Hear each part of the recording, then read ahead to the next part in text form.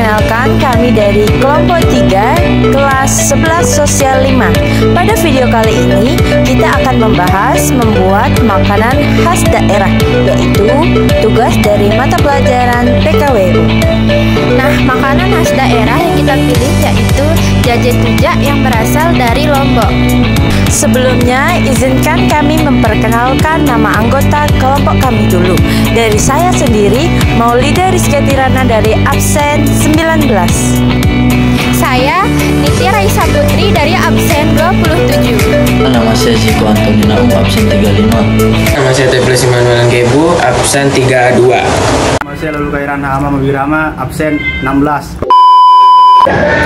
Ada yang tahu apa itu jaje tujak?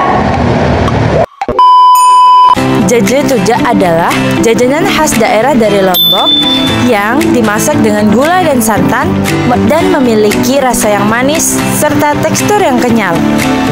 Berikut proses pembuatannya.